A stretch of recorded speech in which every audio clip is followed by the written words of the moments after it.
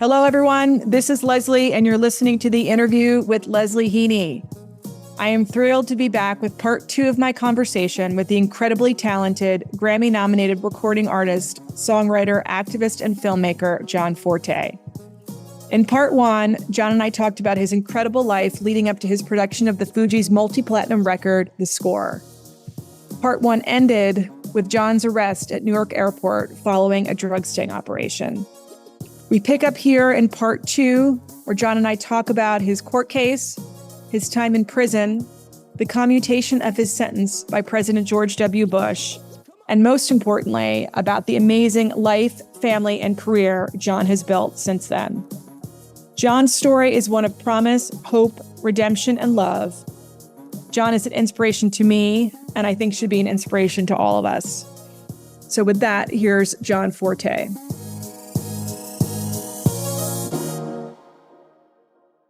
I was just listening to where we left off on part 1.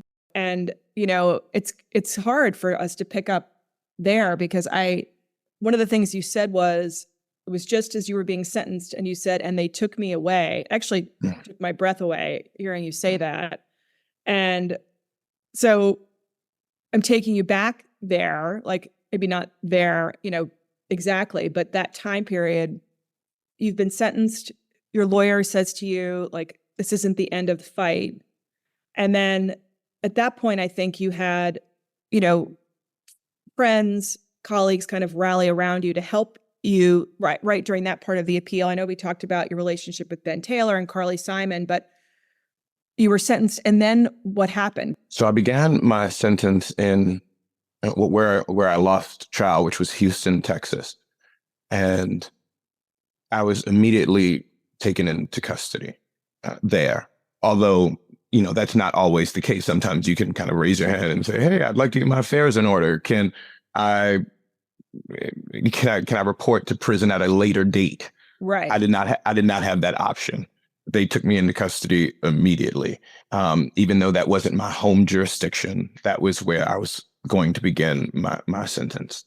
And so it took me a number of months while I was in the Houston Federal Detention Center, adjusting and adapting and figuring out what was next, and essentially waiting to get closer to home. Because the Federal Bureau of Prisons had, and I don't know if they still do have, but they had at that time a policy in place where prisoners were supposed to be within 500 miles of their home address.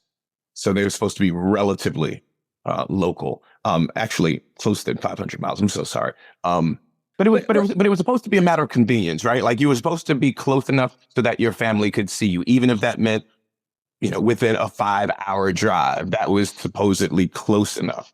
But you weren't supposed to be, across the country, right? Necessarily. And so, but remind me again. I don't know, but you were mm-hmm. the jurisdiction, or there was jurisdiction in Houston because that's where the flight originated. Or why was Texas involved? Remind me again. Yes, because that's where the couriers were initially caught, apprehended, and began working with the authorities to build a case. Was it the FBI? It was FBI, DEA, local, state law enforcement. Mm-hmm. It was coordinated. I mean, it seems like it's that's a lot. It's a lot of manpower, to sort of, this is not, anyway, I guess they didn't have other, more important things to focus on at the time. And so you then start the process of trying to get moved to a different location before you even. And I smile because I remember going through the prison handbook thinking, oh, this is kind of like finding a college. You're looking for facilities that have certain programs and how can I make the most from this? And where's this facility located? Is it in the mountains? Is it in some, and so you're going through, how long has it been around? And so I went through and, what were you looking for? Were you looking for? I had no idea. I had no idea what I was looking for. I was looking for residence. I was looking for proximity to home. Right. right? And whatever that meant. And so, in fact, when I went through the handbook, there was one facility that used to be a monastery in Western Pennsylvania. And I thought to myself, well, that's got to have some good energetic vibes, right? Yeah. Right. A place that wasn't constructed with the intention of incarcerating folks. That to me felt like, well, if I have to be, in a place like this, I picked that place. And so that was my first choice. And that was FCI Loretto in Loretto, Pennsylvania. Not to be confused with Laredo, which Texas. is in Texas, correct. But you were, so you ED'd the Pennsylvania place. That was your first pick. Correct. And did you get it? I did. And I thought it was going to be a straight shot. I thought when they called my name for me to transfer to my new facility, which was going to be my designated facility for the foreseeable future, that I'd get there in a couple of days, unbeknownst to me. It was a very circuitous, lengthy process. It took me maybe 3 months to get there once I was in transit. And that was sending me through different facilities and, so-called Con Air, right? Like Nicolas Cage and, being on the tarmac literally with folks who were getting on a plane for the first time, right? But we were shackled at the ankles and the wrists. Stop it. So you those designated flights, they do exist. Yes. Like that. I did not know that. Mm-hmm. So now, was everyone going to different facilities? Some people were going out west. Some people were going to different security clearances as well. Some people were going to minimum security institutions. Some people going to super maxes. And so, you're just surrounded by canines and guns and it's intense. Yeah, I mean, from there, I ended up going to Atlanta, United States Penitentiary, Lewisburg, United States Penitentiary, Brooklyn, MDC. So you were working, or what kind of they stopped you along the way? Correct. Okay. Whatever was convenient in, I guess the grand scheme of their travels in order to get us to where we needed to get to, which was rarely a direct flight. So once you got there, then you're like, okay, now I'm at the place that at a better place, proximity. Yeah. You felt like it felt better because it had, a history that was, and there's stability, right? So you're there, you for the foreseeable future, and you can kind of lean into the experience, and you can do what's called programming, right? Like you can program, and I think most importantly, you can fight your case, right? Like you're in a place where you have access to the law library, and therefore, or presumably, the telephones at least for a few minutes a day, so you can set up shop and start to fight, and that's what I did initially. Now, how did that work? So you have access to the library. You said you were limited to a certain number of calls a day, a certain amount of time a day, and you would have to figure out how to allocate that, right? Between talking to your attorney and talking to your family. How did you manage that? And what was that like on a day-to-day basis? It was stressful. Everyone received 300 minutes a month. We were in a facility where maybe there were 8 phones and 300, so-called residents waiting to use those phones. And so in the beginning of the month, there are usually those long lines. And then towards the middle of the month, they get smaller and smaller. And at the end of the month, there are just no lines because no one has minutes. Right. It does your mind in. It really does. It's different. And, back then too, now you could probably, I don't know if inmates have access to computers where they could Zoom with their lawyer, right? Well, I don't know about Zoom, but even emailing when that came through, that came through shortly before I came, but that was a game changer, right? To be able to send instant correspondence rather than waiting 3 days for your letter to arrive, maybe more, and then another 3 days for the mail to come back. It was a lot of waiting. So you then you're immediately in touch with your attorney and were like, how do we go about appealing it? It was the focus to appeal this sentence, the length of the sentence. Yes. And we went through the appellate process, and it was familiarizing myself with what that was. And, you have your direct appeal, you have your writ of cert, you have your 2255. And I think you go to the highest court, and then once that's it. But you have that process, and you learn about it. And, no one was going to fight for my freedom the way that I was. Right. And so me going to the law library was essential, and just remembering the details of my case and trying to remind my representation of the facts and then our merits. And, just comparing your sentence to the sentence of the couriers themselves. Right. I mean, that, I don't know if that was a fruitful area for them to kind of explore, and I think that does happen, right, where people do plea deals, but just to see what you got versus what they got is really shocking. And so when you were unsuccessful then, in those appeals, right? And is that the time that you sort of said, okay, we have to take a different approach, and the best way to do that is to try to pursue having the sentence commuted, right? Yes. And that to me felt like, that was the longest shot. So that coincided with me also deciding to go back to school, because one of my mentors while I was away was Professor Charles Ogletree, who I was in contact with for the first couple of years of my incarceration. But I remember when was he a professor at NYU? Was he an NYU at professor? Harvard? He was at Harvard. Okay. Mm-hmm. And he was connected to President Obama as well. But Tree was a force and an incredible mentor to me, and a friend. And he encouraged me to apply to Harvard, and I did. And I remember the day when the interviewer came to interview me for my It was on a regular visit. I got dressed up, and they called me out to the visiting room, and it was like half the prison knew what I was doing, right? And so I'm walking out there, and they're giving me high fives and wishing me luck. And as you can imagine, walking in, and so tell us what makes you a Harvard mentor. But by the way, I mean, how awesome is it that you got that they came, that you got an interview, right? I mean, what was that like? So the guy or the gal, I mean, whoever was coming to interview from Harvard, they sent their local rep, right? Their Pennsylvania rep to come meet you. Correct. Mm-hmm. And you were applying to transfer. Was that the idea, like to transfer to Harvard, or what? No. What were you? Well, I was applying to basically finish my undergraduate degree. Right. Yes. Well, correct. Yes, from NYU, because you started at NYU, right? Correct. And then, exactly.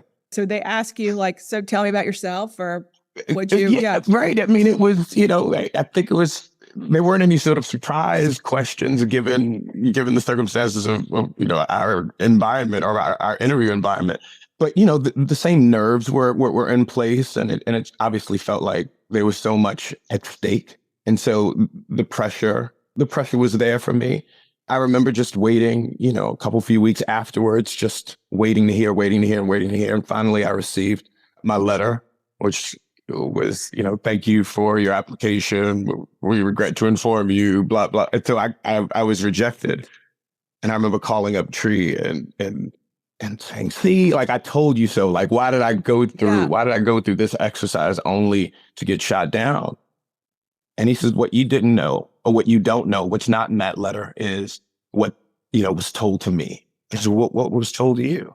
And he said, well, if you can get into another program that they deem has the sort of equivalence and merits, whatever that means, then they would consider transferring me in, which wasn't a win by any stretch of the imagination, but it wasn't an outright no. And it still preserved some hope that I was still somehow a possible candidate.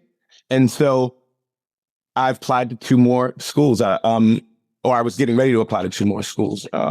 One was the University of South Africa, where Nelson Mandela received, his studying when he was away, because they offered a correspondence program, and then the London School of Economics. What was your thinking in even doing that at that time? Meaning I needed something to show for the time that I was going to spend right.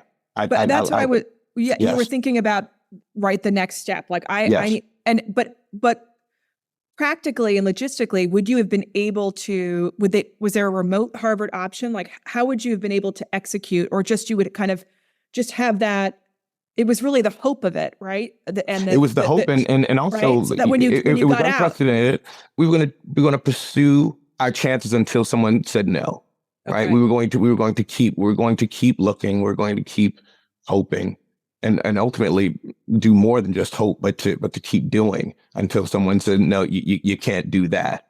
And I remember going to my so-called counselor in the prison at the time, after getting rejected from Harvard, saying, all right, well, I got reinvigorated hoping, so I'm going to apply to the London School of Economics. And she looked at me and she said, well, we've got there's a technical repair course that the local college offers, that we have a partnership with. Whatever it was something that felt like low-hanging fruit that folks had access to. That she said, well, why are you doing this when we can just keep it simpler? And I said, well, with all due respect, is that the same advice that you would give your child? Yeah. And she sort of, she heard me out, and she grit and bared, and all right, well, let's go through with this. And yeah, a couple of months later, LSE said yes, and so I was admitted into LSE for my undergrad in politics and international relations, and I began finishing my studies there. I ended up writing for their alumni magazine as well. Stop it. So how did you? So you get the acceptance letter, right? You must have been like, this is not where they accept you, and then they send you the curriculum and the book, or how are you? Like, they have a distance learning program in place, okay. And so, unlike my peer group who had access to each other, right, by either study groups or computers, I did not. I was off on my own, but I did have a course guide. I had a curriculum that was designed particularly for distance learning and independent learning. But what I did almost immediately was I formed a study group inside the prison. And by this time I was at Fort Dixon in New Jersey, because there were other guys around me who were interested in what I was interested in, but didn't necessarily go through the process. And so I had a weekly study group that we worked through the curriculum together.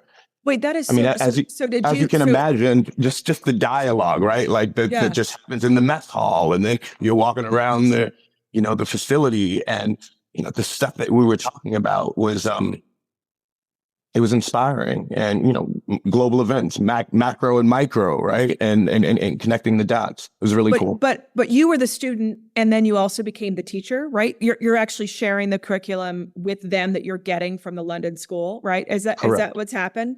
Yes. That must have been so rewarding for you too, right? To have that kind of broader purpose, right? To have that impact. There's a program called the Bard Prison Initiative.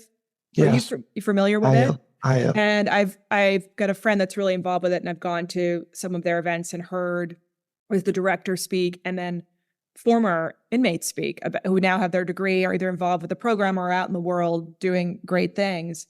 And it's just so, I would think, just having exactly what you're talking about, right? You're having the dialogue in the mess hall, having that sense of like purpose and hope outside of what's, the four walls that are around you, has to be a real lifeline, right? I would think, when you're in those circumstances. 100%. I mean, it does that thing that I'll always remember, coming from George W. Bush, ironically, coincidentally enough, right? It defies the soft bigotry of low expectations.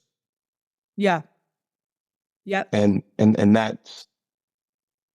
that was always, a reminder of time well spent. So you're pursuing that, and at the same time, you're pursuing now that the appeal process has sort of been exhausted. You're like, okay, we're going to work on this sentence commuting. I love this part of the story because I just love sort of the unlikely bedfellows, particularly in today's political environment, that Carly Simon and Orrin Hatch are friends and we're in a band. Or explain to me how that, am I wrong? I think I'm right about that. He played in a band and they both had their respective bands, as it were. Senator Hatch had his Carly jam band. Yeah, I was going to say Carly probably didn't need to be jamming with Orrin. I probably different. Although you know skill what? Sets. They actually did jam. I mean, they had some moments of creative exchange. As far as I know, I wasn't in the room, but I know that Senator Hatch extended the invitation, and he was a big lover of music. And for people listening who don't know, and he was a writer. I didn't know that. No, I was going to say he was a Republican senator from Utah. And I think that's how Carly and Orrin had that connect, obviously, is through music, not through probably music. That's right. Sharing political perspectives. But Carly knows your story. She's a close friend. Tell me what happened next there. Did she reach out to Orrin Hatch to tell him your story, or how did that kind of evolve? She met Senator Hatch in D.C. I'm pretty sure she was promoting a new album at the time and was touring and found herself in D.C. and was able to meet with Senator Hatch in his office. And they got the ball rolling. Senator Hatch wrote me shortly thereafter. That letter is framed on my mother's wall in New Jersey right now.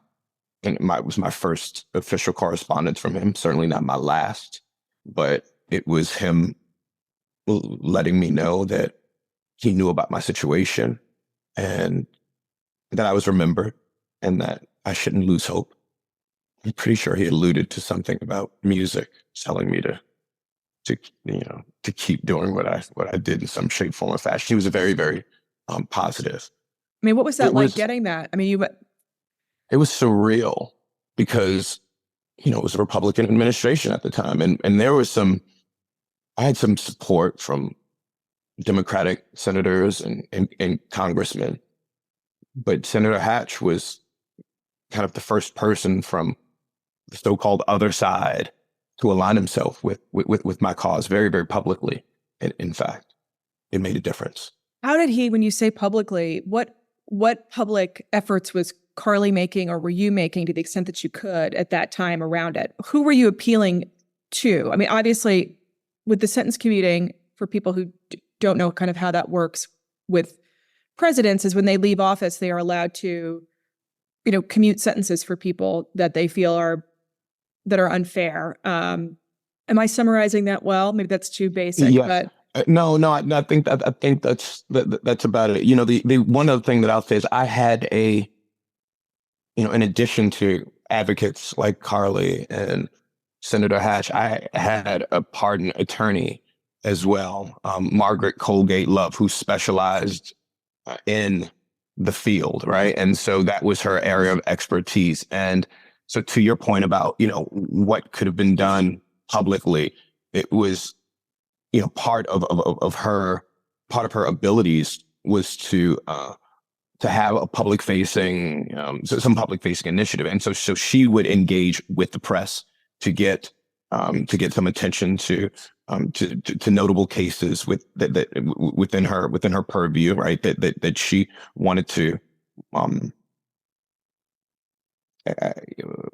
gain public favor, and so she would reach out to certain members of the press and let them know about, hey, these are the circumstances of the case, and to put it out there while we were simultaneously pursuing what the official step of the commutation process. So to your earlier question, what was being done public? I do remember there being some newspaper articles. There was definitely higher profile stuff, but that was, I think, earlier on, like Rolling Stone, Boston Globe, where you're trying to make your case making publicly. Your case. Yeah. Yes.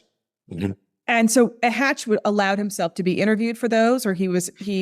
I believe so. And Yeah. and again, I want the fact checkers to call me on this if that's not the case, because we should probably be able to find it relatively easy. But I recall him at least in one article offering public support for me in my case. But I think that, when you were talking about sort of getting, kind of having that outreach and help from, quote, the other side, or the perception of the other side, right? Mm-hmm. I think when anyone hears your story, and as you said, you made a mistake, right? But there should be the consequence, right? Or the quote punishment should be equivalent, right? to that, right? And I think anyone who hears about your story would see that this real injustice happened here. And I think that's why, you were, and probably in addition to, I'm assuming when you go through the commutation process, they're also asking, like, what are you doing now? Like, or what do you plan to do when you are released? And, all those things. Anyway, you're just such a compelling person that people would see that was the right thing. In fact, I mean, even when it happened, you'd served 7 years, right? Yeah. By the time, but I guess I'm jumping ahead. I mean, not too far. Yeah, we're closer. Yeah, we're closer than we were at this point. But my husband Andrew and I heard your story from a friend who had come over to our apartment, and she was working on this project with you and was just telling your story. And Andrew said, "Oh my gosh, didn't know that any of this had happened," or maybe had heard something but didn't realize, anything significantly about what happened, and decided to, wanted to get in touch and started, reaching out. You guys started writing letters, and then Mandy, our mutual friend, was also, I think, trying to be helpful, and so I think your friends were very committed to helping this process, right? And I am moved to tears quite often, especially recently. I spent so many years never shedding a tear that I think I've got more than my fair share to. Like, I cry a lot. I cry easily. I went fishing this morning before jumping on this call with you, and it was going out into the water. It was just still. I mean, it looked like a lake, and we were not in the lake. We were, we're in the ocean, and I was moved to tears. Like, the sun on the water, because not a day goes by, or not a day has gone by, that I've been home, that I don't remember what it was like not to be here and not to be able to do the little things. All I ever missed were the little things. I never missed the world tours or the hyperbole. Like, I missed being able to take a walk, or being able to dip my feet in the water, taking a bath. And so every day, as I go through the motions, especially with the little things, I'm reminded of when I couldn't do those little things. And that's a discipline, and one that I'm grateful for. Not that I live in the past. I'm grateful to be here in my present. It's so beautiful. And I think not that I would want to say that it was a gift in any way, but there are so many people who go through life and don't appreciate that calm water, or fishing in the morning, or, all those things that make life just are the beautiful sort of simple things that mean all the big things. Spending time with your family and your friends. But back to the crying thing, I don't know if that's, I feel like everyone over 50, I said to Andrew, is it low T? Is it low, is it, the commercials come on? I mean, yeah, we're all like crying all the time. I mean, don't you notice that? I remember when, speaking of the Bushes, when George H.W. Bush, who was one of the greatest Americans to ever live in my estimation, as he got older, he'd be in interviews and he would just start crying. I mean, Bill Clinton, all these older, they're just these, these are leaders among men. And, I think something about, as you get closer, when you're on the back nine, I think you just get a little bit more sentimental, right, about the whole thing. Wow. So Orrin Hatch is writing his letter. My dad wrote a letter, who was involved with the Republican Party under HW and Reagan. Again, another person who heard your story just like others who heard your story and was, felt compelled to get involved. And Thank you, Mr. Bathgate. but you, please, I mean, what was that like? So tell me, you're like, all the letters are in. You've got Margaret Love has put together, your letters. I don't know if there's an interview process also for you, or if she acts as your representative. They have a meeting then with White House counsel, as I think how it works, right? Or there's a deposition. Explain the process. There is a meeting with the whoever there's clemency. The clemency attorney. And I don't know if they met with the clemency attorney directly or a representative from the clemency attorney's office, but that was a process very similar to trying to get into college. Your college, right? Trying to get into college of your first choice. What was it like? There was momentum, there was energy, but it was also nearing the end of the president's term. So it felt like as urgent as anything has ever felt. And to that point, it was so timely that I couldn't allow myself to be too hopeful. So I had to have a tempered response to all of the good things that were going on. Because you didn't want to be disappointed. I mean, you had the appeals that didn't work out. You had you had some, I'm sure with the appeals, tremendous disappointment. And so you were trying to get a balance. And with every opportunity, right? It was like the actual percentage chance gets slimmer and slimmer. And I mean, this was the last shot, barring the introduction of some new evidence, a new testimony, or somebody coming. Right. This was it. So while I was definitely encouraged and feeling the love, literally, figuratively, I was cautiously optimistic. Right. And I was also able to focus on my studies. I was able to focus on LSE. I was able to focus on learning and teaching the guitar, which was happening simultaneously. So I had other really good, tangible things within my immediate focus that allowed me to effectuate change, right, in real time. At least that's what it felt like for me, right? Like learning a new chord on the guitar is progress. Right now I can play a song that I wasn't able to play before because I have more access to the language. And similar with, my studies, right? Like reading the newspaper is different after you've got, context and foundation and additional information to help you sort out the world around you. So I was pleasantly distracted. So take me to the day of. It was just waiting. It was never knowing. And then it's announced? Is it announced it's by fax? Did Margaret Love, your counsel, gets a phone call? What is the...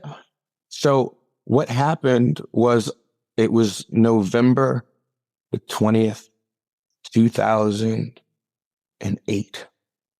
I remember being on the phone line.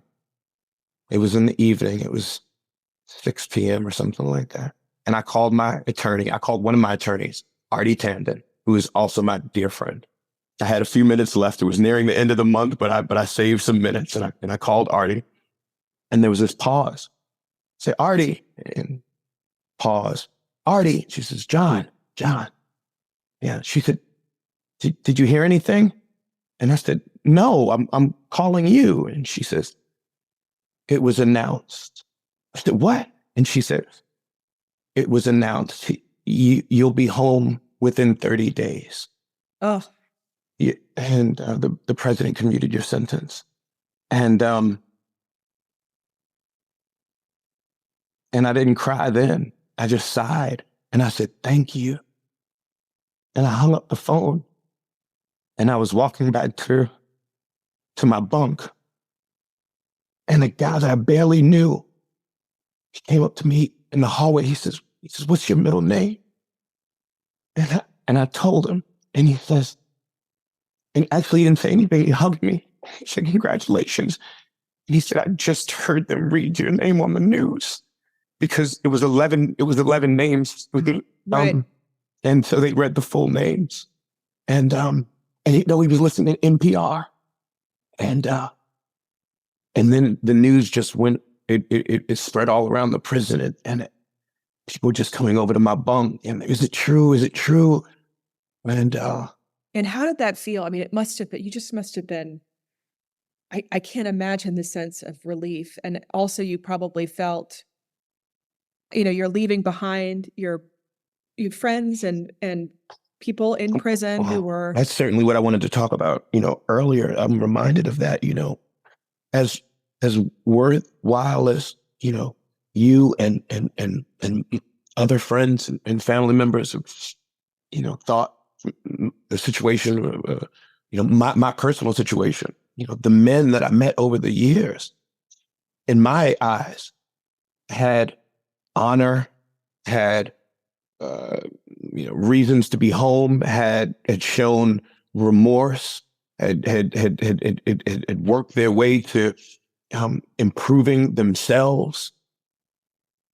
I was surrounded by models and examples of men who made mistakes, but were doing everything within their power to be better people. And I don't know if I would have survived that situation were it not for those men.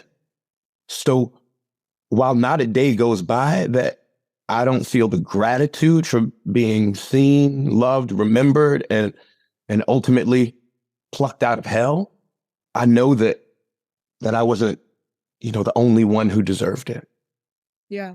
Oh, of course. I mean, and that must be, to that point, you also, as you're leaving prison, right, you have all of your boosters and supporters and friends that were there for you while you were in prison are there for you when you get out. And I think what's so difficult is for others who come out, it's hard to get back into life, right? Without having. By design.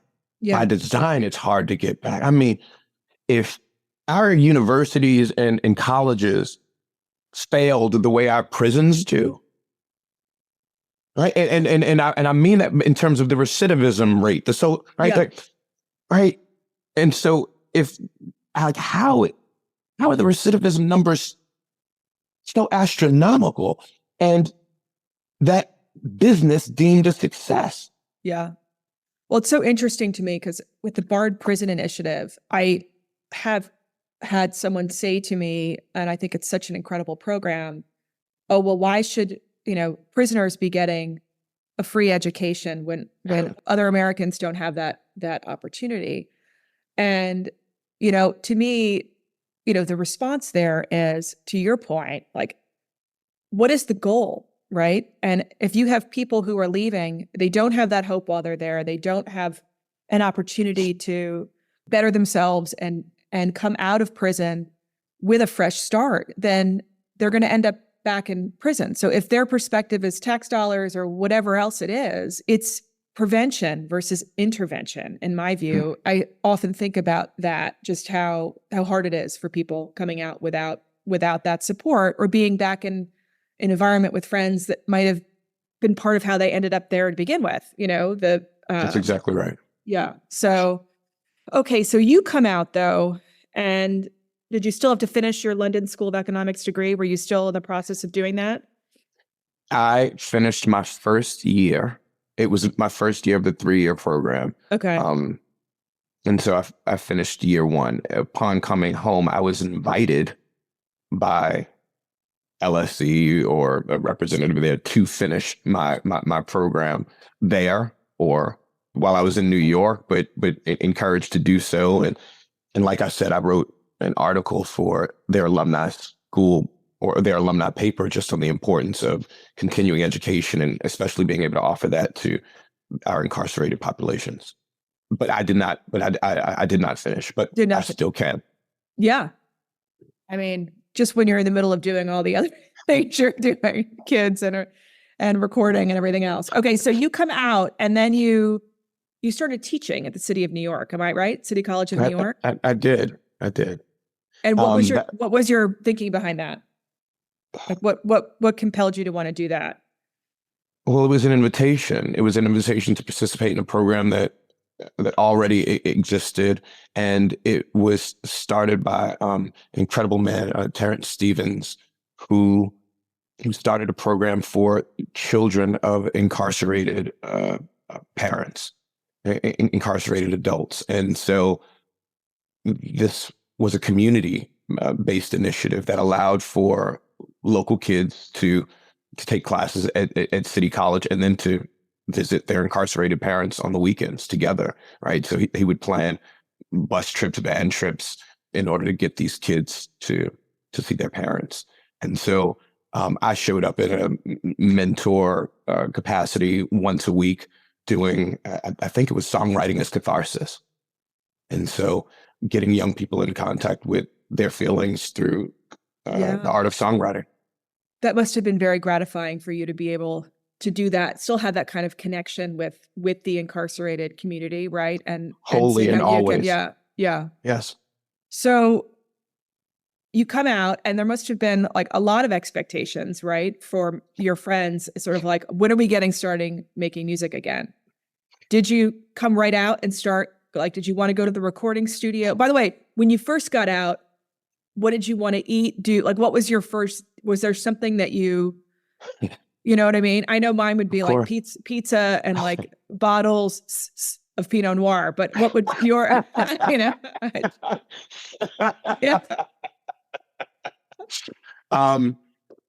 Where did we go? I think we went to, now, who met you? Your mom? I mean, who, your whole family, friends? No. My friend and lawyer, Artie Tandon, she met me at the front gate at 7:00 in the morning. And my other good friend, Daryl, he was filming. They picked me up at the gate. There's a video that's floating around out there called Life Has Just Begun. And you can probably play a clip of it in this podcast and people can see that was the morning of my release. Appropriately named. And I went to my mom's place in New Jersey. I went to go see my mom first. And then we went to lunch in the city. And then I went to meet my probation officer because even though my sentence was commuted, I still had supervised release. So it wasn't like I was freed without any sort of conditions. In fact, I still had a term of probation, as it were. And I think it was 5 years. It might have been less. Okay. And so I had a probation officer in the New York City area that I had to meet upon leaving. And so after lunch, I met with him, and he was incredibly clear. I appreciate him so much because you never really know. And he told me, he says, look, I'm not the type of person who's going to be waiting in the bushes for you to mess up. If you're honest with me, you're good with me. And he was just a straight shooter. And I think a month after that, I went to him because Ben Taylor was going on a tour across Ireland, and he knew how much I loved Ireland. And he had invited me to join the tour, but I couldn't just up and leave. I had to get permission to go on this 5-city tour across Ireland. And that was my first international trip on the other side of coming home and going over to Ireland for 3 weeks, and Limerick, Cork, Galway, Dublin, showing up in these places and these halls and singing these songs immediately on the other side of coming home. It was incredible. It was wonderful. That's great, though. Are you still in contact with your probation officer? Or maybe not. Maybe that's not something you want to keep. No, I'm not. And in fact, and as it goes, because the probation system is just so burdened, that they have more leeway, right? And so I came home with, I think, a 5-year term of probation, but was granted an early termination with, I think it was, if it wasn't 18 months, it was 2 years. And so I didn't have to, I didn't have to do the full term. And so, I've not been in contact with him since he signed off on my release, but I'm wholly appreciative. So if he's hearing this interview, thanks, Mr. Chan. So you come back from your 5-city tour, right? With Ben Taylor. You're like, you were so, must just feel so good to be making music again, be with your close friend. You're in one of your favorite places. And then then what? Where you're like, I want to get back to the studio, you're teaching your course. How do you begin to sort of try to figure out the next steps, right, in your life? Because you did this movie, right, in 2011, The Russian Winter, which followed you through this 9-week tour. Mhm. Were you kind of thinking after that experience with Ben, like, I want to get back on the road, and then you decided to do a movie around it? Or what were you doing in those interim years between the release and your Russia tour? I was never alone. And so I was fortunate enough to always have access to a network of kind, loving, caring, intelligent people, my advisors and friends. And so immediately upon coming home, I felt like I just had access to folks who wanted the best for me. And so I didn't feel any shortage of opportunity. I felt like I definitely needed, and I sought folks, advice and wisdom and counsel, because the world felt so different. I remember Artie gave me a BlackBerry and she gave me an iPhone. And that I was must like, have been, I mean, there you that was go. shocking for me. And I was already, I can't imagine like the coming out and jumping from the. So this kind of speaks to your earlier question. Did I want to go into the studio immediately? Yes, I did. But it was different for me because going into the studio in 2008 was different than going into the studio in 2000, namely with the technology that we were just talking about. And the software updates felt like they were light years ahead of where I left them. And so I felt like a fish out of water when I was back in the studio. And this is coming from a guy who was used to producing his own music. I was the producer. I was the one who was sitting there and turning the knobs and running my sessions.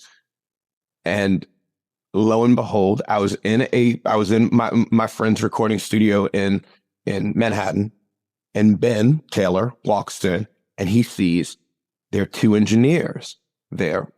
And he looks at me and I'm playing him some of the new music that I'm working on. And he says, John, who are these guys? Yeah. And I said, well, they're the engineers. And he says, but you run your sessions. Why do you have these guys running your session for you? And I said, Ben, the software, I don't know it anymore. I can't do it. And he says, well, you know what I want you to do? I want you to take my software, use it for a month. Here's my code. Here's my pass key. I want you to just use it for a month. And if it doesn't work, then it doesn't work. But if there's resonance and you start to get it again, then, I'd encourage you to do that. And 2 weeks later, I remember I called him up and I was just like, I'm back. And it was just my willingness to learn again. And I just had to catch up. I had to catch up. And I've been, running my sessions ever since. And that was probably 2009, like a couple of months after I came home, because I came home December the 20th, 2008. So, I had to play a little bit of catch up. I was definitely writing different songs, playing the guitar, which was something that I didn't do before I left. So that was wholly different, like being able to support myself, being able to travel on the road as a singer-songwriter rather than needing a DJ or needing a band behind me or anyone else. I could just travel with the guitar and tell a story with the guitar and these words and these lyrics. So it was very, very different. And those opportunities in and of themselves were different for me to explore and to be able to show up in public spaces at conferences like TED, to be able to, tell my story, my experience. And so initially, when I came home, there was just a lot of that, a lot of opportunities to be able to share the songs as well as the stories. And there was receptivity and interest. And I rode that wave until another friend from Exeter, we got in contact, Christophe Charlier, who was working in Moscow for a number of years. And said, man, I think that, the people over here would really appreciate what you're doing.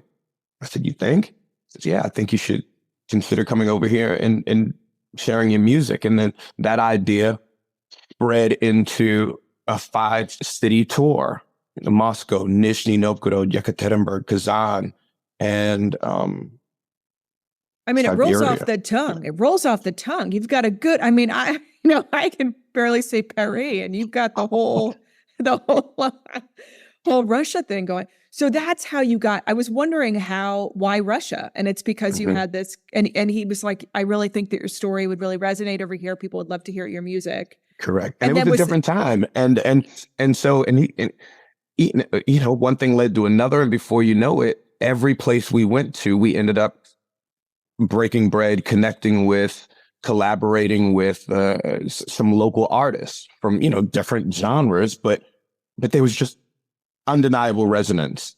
And now, did he help produce the tour? Is he? oh, he financed he financed the whole Okay. thing. Mhm. And we started a production company as a result, and filmed it, and we premiered the film at the Tribeca Film Festival. It's called The Russian Winter, in fact, and it premiered in 2012.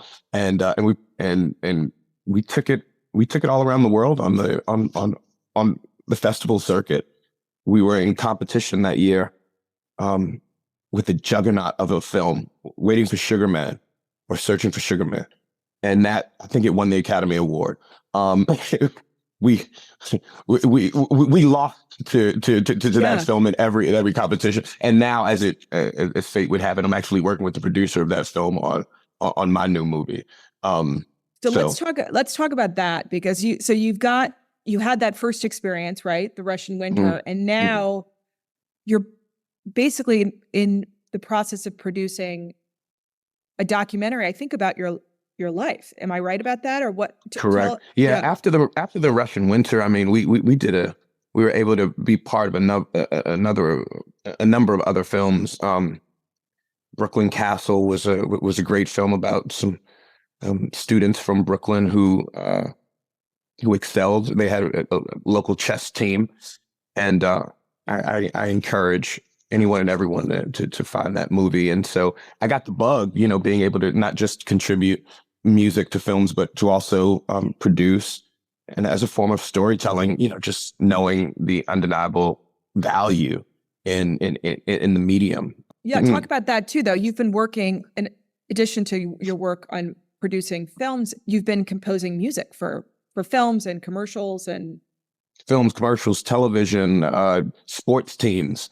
I did the Brooklyn Nets theme song in 2012 when they moved to Brooklyn, which was an amazing honor, fun. you know, being from Brooklyn. And, you know, composing has been something that I've always aspired to, but only really been doing in full seriousness probably the last 10 years or so, which definitely picked up during COVID, right? The ability to be able to do this work from the studio here, and to be able to, you know, support those storytelling initiatives.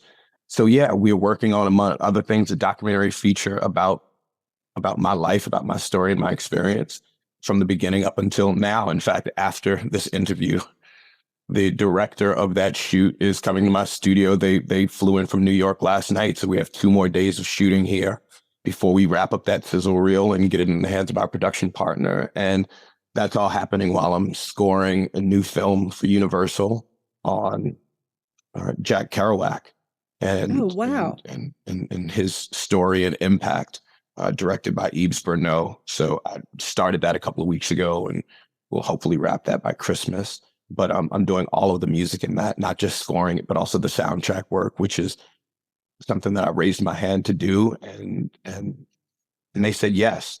And this is on the other. And this is on the other side of a few months ago doing a 6-part series for HBO, Eyes on the Prize, which was an award-winning documentary series for PBS. So Dawn Porter, are they re-releasing that? Is HBO? Yes. Oh, yes. That's great. Yes. So we did that last year. Went down to New Orleans to tie it up, but that was an amazing experience and opportunity for me. It was the most composing that I'd done up until that point. Sharpened my sword. I think it definitely left me better than it found me, and it's just prepared me for what's in front of me. How does it work? So when you're composing something, and particularly something like Eyes on the Prize, right, which is such an incredible, just moving and you know, probably very personal for you subject, right? With what it's about. Do you watch the footage and then you think about how the footage made you feel, and that helps you? Like, what is the creative process So the for a creative process composer? is, for me, is I watch the footage quite often, in fact. And then as I work to composing the picture, a lot of it is done on repeat for me. So it's actually pretty traumatic. It's just certain aspects of it, especially with Eyes on the Prize, because, Yeah. it's like I'm scoring Trayvon Martin's public execution and having to, does this deserve Yeah. xylophone or cello? And, Right. and having to compartmentalize, but also work through some really, really horrific stuff.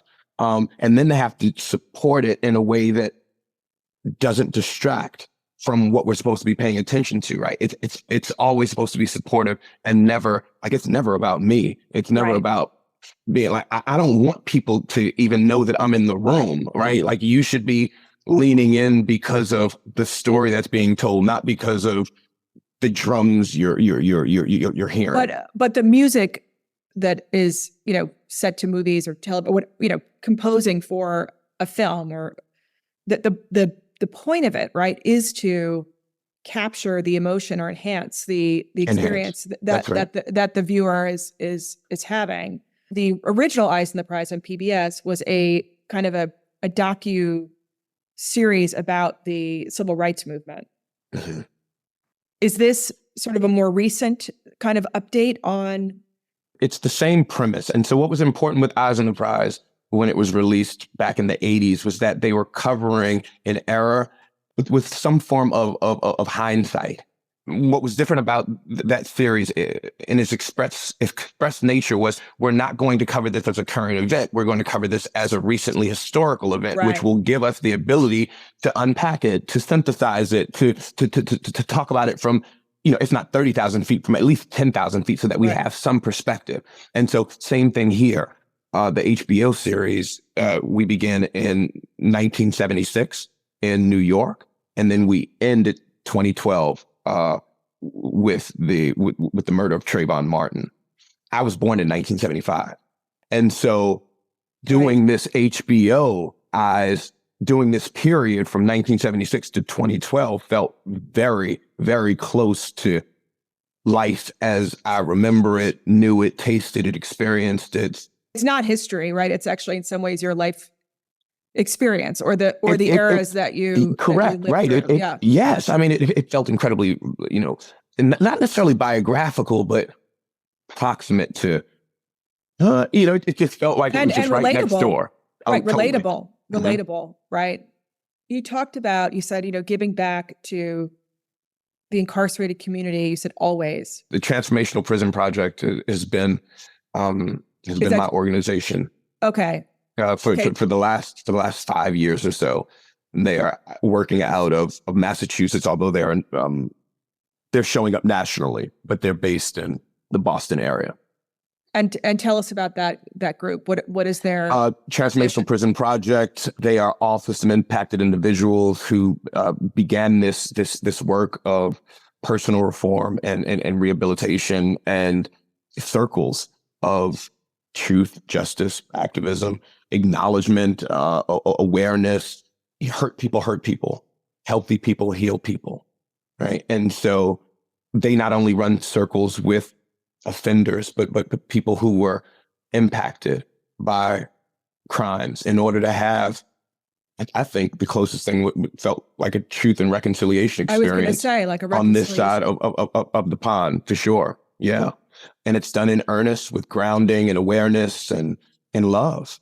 Today, what is life? I know you're working on the movie. You went fishing. I'm working on the movie. You've got 2 beautiful children. Yeah, I'm gonna go see my babies. Yeah, my babies are out at the beach this week, and they're living their best lives before they go back to school. I'm currently in my studio. Yeah, I'm scoring. I'm writing. I live on Martha's Vineyard. I was touring a few months ago with the Fugees and doing some sold out arenas there, just kind of what was reminiscing that like? and reconnecting. I was going to say, what was it like being back with the old gang?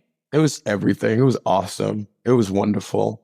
Yeah, it puts a big smile on my face just when I think about our ability, there before the grace of God, to just still be able to not just do what gives us so much joy, but also what clearly gives other people great joy as well. There were times when I didn't even have to sing my lyrics. I could just hold the microphone out because they all knew it. And that's a sensation that is incredible.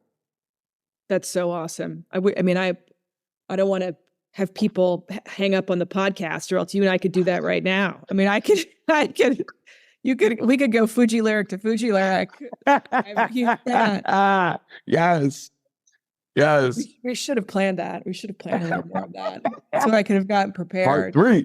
Exactly. Oh my God. Okay. So today, what's next for you? What would be sort of your greatest dream or thing that you'd like to do that you haven't done yet? Is there a certain project or certain touring somewhere or a collaboration with someone? I think always, my career is rooted in collaboration. And so that's always been something I've looked forward to, something I don't and have never wanted to micromanage. It's like that's smelling the flowers for me, right? Just because you never know who you're going to be in a room with, and then the ability to create something together. So that's just something that I always look forward to, but not necessarily wanting or needing it to be anyone in particular, because I'm more often than not usually pleasantly surprised with the outcome. It's just what happens when you put creative people together, and just finding your way, right? And the not knowing, which is so exciting and so rewarding. So that's just something that I look forward to in general, and also hopefully get to make more movies, to make more music that matters to people, especially people I care about, know about, people that I know and love, right? Like when I think about the art that I make, a lot of it is one day hoping that my children will be able to access it and tap into it and take whatever they want or need from the experience. Like it's pretty selfish for me. Like I think about my music that way. Like how will my kids enjoy this? How will my kids experience this? Will they like it? Will they respect it? Will they love it? Will they cherish it? I didn't think about that too. Probably your music, as parents, our perspective on things, and everything changes when you have kids. So you absolutely maybe you're not, dropping the F-bomb as much, or I don't know if you ever did, but I'm just saying, I don't know. I did. I mean, like and in what fact, So I'll take it a step further, because look, I'll keep it real with you because I know it and love you, and therefore respect your audience as well. So I'll keep it this real with you. I don't say the N-word anymore. As a result of my going to prison and then coming home, like I stopped saying that word when I was in prison. I used to say it I used to defend it and put it in my music. I don't say it anymore. So when I think about my music and I think about my kids listening to my first album versus, my more recent things, yeah, I think about the consequences of that. But I also think about the opportunity to be able to talk to them about how my music changed over time and, what that choice has meant for me. And then the opportunity to be able to unpack that and just I never knew my dad, so I never had the opportunity to be what I am today, or at least see what I am today. So I take real joy and pride and honor in being able to show up for my babies in a way that was not done for me. What sort of prompted your decision to not use the N-word anymore? Did the meaning of it change for you? Meaning, why did the perspective of the use of the word change for you, having the word hit? You just didn't want your kids to hear you say it? No, that's not it at all. That's not it at all. I didn't have kids at the time. this was me making Right. Okay. When you the got conscientious decision to stop doing while I was still incarcerated. Because the word hit differently. It felt differently to me. And so when I would show up to, another prison, or when I was going through transit, or when somebody would use that word, I made it very clear that I don't use that word. And it wasn't a result of something that I saw or read over the years. It was how I felt while I was there. Right. And how that word landed on me in that space. And I said, I can't be complicit to this sort of energetic, what felt like energetic ambivalence, but it was anything but that, right? It was almost a confirmation and a reaffirmation of our condition, especially in that space. For me, it wasn't like anybody that was in my ear preaching to me or lecturing to me. It was me. Right. It was just me having it. Yeah, it wasn't being that awareness. Yeah, it wasn't empowering for you in any way. It was more degrading, or that you had 100%. Yeah, 100%. Yeah, I didn't take any power from it. So when does the documentary come out about your life? What's the timeline? You're working on the sizzle reel, right? After this. Yeah, literally right after this. I don't know. We might see it as soon as next year. We might. We have so much. It feels like there's a lot going on. So maybe as soon as next year. It's happening. That's so awesome. When do the Eyes on the Prize come out in HBO? When is that? So interestingly enough, I thought that was actually supposed to be out already. I don't know what the holdup is, but it's in the can. And so it's kind of like one of those things, waiting to hear from the pardon attorney. You hope that it's any day now. Oh, that's going to be so awesome. I can't wait to watch that. All right. So people are coming in. You've got an appointment after me, as you should. Yeah. What happened fishing this morning? Did you get catch anything, or? We caught 3 bonitas, and we're going to turn them into sushi this afternoon at 2:00. Oh my God. I love it. I wish my life is dope, Leslie. I know. It really is. Come on. I'm like, what? Like manna from heaven. I'm casting it. It's all happening. Oh, so awesome. It's so awesome. And I'm going to come to see you guys in Nashville. Yeah. When are you coming? I don't know, but soon. I mean, I have enough reason to get there. It's not so far away. My friends are here. Maybe when they open up the restaurant, we'll turn it into. Will you do that? And you're going to hook me up with the name and the whole thing? The whole thing. I can't wait. I'm so happy to see you, my friend. Thank you it's like the interview that never ends. I mean, I could go on and on and on and on. And look, when, by the way, what is the documentary going to be called? Do you have a title for it yet? Right now, it's Settling the Score. Oh, I love that. Double entendre, sort of, right? Yeah. I mean, it's like, look at you. I mean, it's why I make the big bucks. Yes. But when that happens, we got to get you back on just to tell us the details of it. But we won't have to. Absolutely. I won't drag you through 3 hours of interviews, but we have to make sure we get the word out. I can't wait for it. It's going to be awesome. Leslie, thank you so much. Oh, it's my pleasure, my friend. Thank you. That brings us to the end of this episode of The Interview. A huge thank you again to John Forté for joining us. And as always, thank you again for listening. If you enjoyed the show, please rate and review us on Apple Podcasts and follow us on Instagram at The Interview with Leslie. A new podcast is released every Wednesday. Until then, this is Leslie Heaney, and don't forget to join The Interview.